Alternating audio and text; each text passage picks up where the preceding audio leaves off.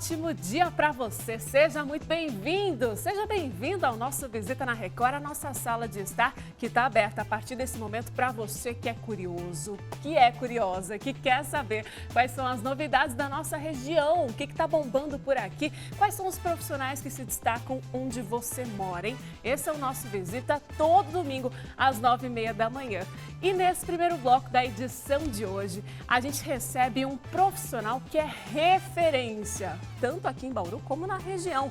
Falou em economia, Reinaldo Cafeu. Seja muito bem-vindo. Muito obrigado pelo convite, é um prazer estar com você. Prazer é nosso, meu querido. E vamos contar a história deste homem, porque assim, né? Cafeu, como é conhecido aqui na região, tem um vasto currículo acadêmico, também é professor universitário há 35 anos, é consultor empresarial, palestrante, locutor e presidente da ACIB, Associação Comercial e Industrial de Bauru, que inclusive Cafeu já esteve aqui no Visita falando sobre a associação. Mas nunca, pelo menos assim, na vida que eu estou aqui há pouco tempo, é difícil Cafeu estar falando aos microfones sobre si mesmo. É isso? É muito raro mesmo, porque a gente acaba se envolvendo com a profissão, normalmente é um parecer sobre um fato econômico ou então sobre a entidade, e às vezes a vida pessoal, a nossa evolução na carreira, acabam ficando, essas questões ficam em plano secundário. Então você senta aí no sofá que hoje o papo tá bom, tá demais. Cafeu, aproveitando para começar, a gente lê um pouquinho aí desse currículo. Tantas coisas, o pessoal deve se perguntar, mas gente, quantos anos esse homem tem? Que horas que ele acorda? Como é que ele aguenta essa loucura? E aí, meu amigo? Bom, já sou idoso, né, como dizem. Eu nasci em 28 de abril de 1961, então completei agora 61 anos, né, e trabalho, né, desde os meus, assim, com o primeiro registro mesmo informal, como office boy com 14 anos. Mas antes, o meu pai, ele tinha um bar e bocha, e eu ficava por ali. E eu sempre gostava de ter minha própria renda. Então, eu engraxava sapato dos clientes, né? Legal. E aí, recebia um dinheiro. Depois, meu pai acabou vendendo esse bar e eles vendiam roupa nas feiras livres, né? Então, minha mãe ia para uma determinada feira, meu pai para outra. Então, eu fui criado um pouco ali nesse ambiente. E, às vezes, tinha ali a chamada ponta de estoque.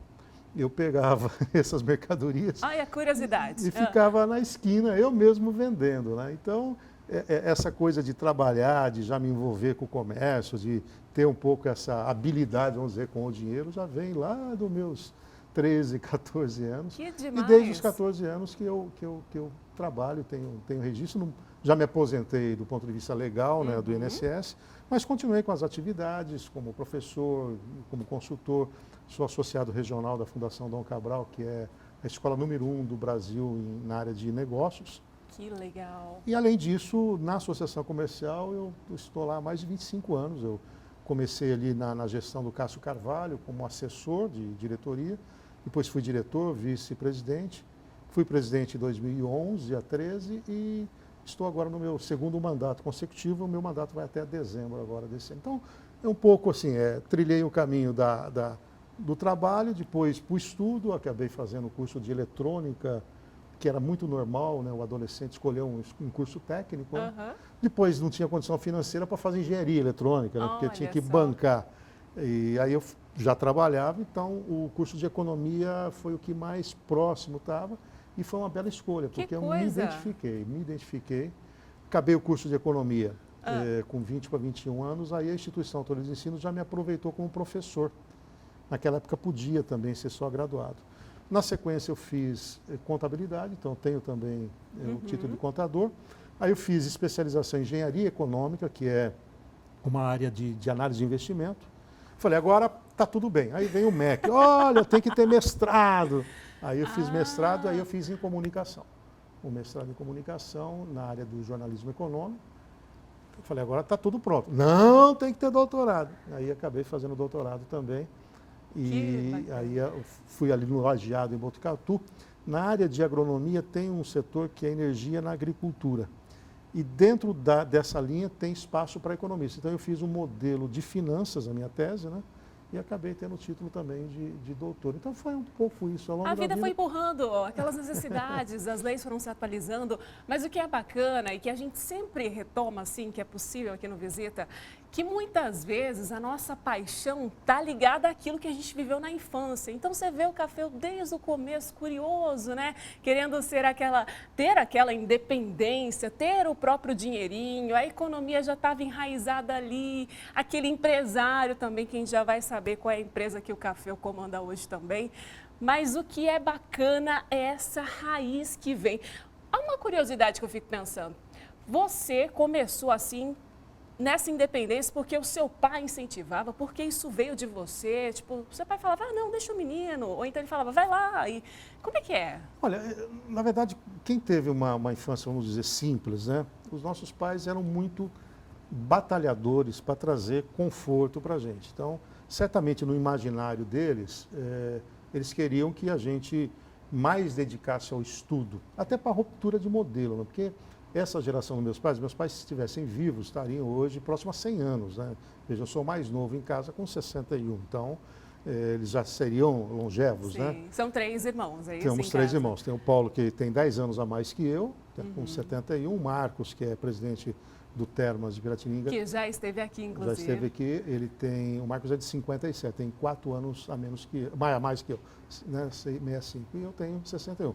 Então, eu imagino que meus pais, na época, gostariam até que a gente só estudasse, né? Mas as condições financeiras aí são decisões erradas também, eles tinham um comércio, eles tiveram um desfalque na época, então tem aquela coisa de recomeçar. E a hora que você começa a olhar para esse cenário, você percebe que, peraí, eu vou ficar esperando o quê, né? Vir tudo de mão beijada ou eu vou fazer a coisa acontecer? E aí foi meio que natural entrar no mercado de trabalho. Sim. Naquela época, o Estatuto da Criança e Adolescente não existia, então você não tinha esse rigor, então a minha geração é uma geração que foi para o mercado de trabalho muito cedo. Quantos, né, aí, né, que nos acompanham tem aquele registro, 14, Exatamente, 15 anos? É isso mesmo. E aí o que acontece? Você começa a trilhar um caminho. E aí você começa a perceber também que a ruptura desse modelo que eu estou falando, ela vem com estudo. Claro. Então, se os meus pais eram mais simples, a minha mãe não tinha tido oportunidade para a universidade, nem meu Sim. pai, eu falei, bom, eu vejo os bem-sucedidos. Exato. E é através do conhecimento que eles vão mudar. E não é para você esnobar, não é para você dizer não, é para você realmente criar um outro ciclo e até para levar conforto para os seus pais, né? Porque com certeza, nesse nível, né, você acaba invertendo a situação, Sim. né? Quer dizer, a partir de um certo momento, eu já trilhando esse caminho muito cedo, com 17, 18 eu já era chefe de seção no trabalho, aí fui fazer um estágio numa indústria, ela me contratou, pouco tempo eu já era gerente financeiro, Sim. então, felizmente, eu passei a ter uma condição financeira confortável para uma pessoa solteira, e o que me permitiu aí ir devolvendo para meus pais, né? Então, o primeiro televisor em cores, claro. foi eu que dei para os pais, aquela viagem que às vezes eles adiavam. Nunca tiveram oportunidade na vida. Então, mas eu acho que o que eu herdei deles foi essa questão, tanto do caráter, mas essa determinação do empreendedorismo. Mas você vê, é um pouco isso aí. Então, é influência um pouco dos pais no empreendedorismo, um pouco esse lado da comunicação, e as coisas foram gradativamente. Quer dizer, a economia veio como consequência, você nem imaginava que tinha essa paixão, e hoje ela é você. É porque era muito comum na época, porque você não tinha essa coisa do teste vocacional, né? Hoje a moçada entra tarde para estudar. Sim. Algumas famílias podem bancar até mais tarde. No caso da minha filha, mas ela fez medicina, ela está com 27 anos, agora que está entrando no mercado de trabalho. Quando a gente podia fazer isso, né? Exato. Você tinha que, ou você tinha grana, ou se virava. Então, vai com o que tem. E aí, e aquela história, né? Sai de Bauru, não sai. Eu, como comecei cedo, sempre tive muito bem empregado, eu tinha muito a perder se eu saísse da cidade. Tanto que eu nunca me afastei de Bauru. Eu tive vários convites para ir e acabei ficando. E aí, quando veio o curso de economia, deu essa identidade. Falei, puxa vida, é exatamente aquilo que eu gostaria. E aí, óbvio, também dando aula ajuda muito, né? Porque eu comecei dando aula de organização de empresa, depois fui dar aula de microeconomia. Reforça. E aí você tem que estudar, né? Sim. E aí você fala, pô, dá para dominar isso. Se dá para dominar isso, dá para verbalizar. Se dá para verbalizar, pronto, você vai criando. Tem o talento. Exatamente. Então é uma mescla de várias questões, mas eu reputo também que a comunicação, ela foi fundamental. Essa ideia que eu tive logo no início de descomplicar a economia. Eu sempre ficava muito irrequieto, assim, a gente falava de URV, eu falava, mas o que é o URV?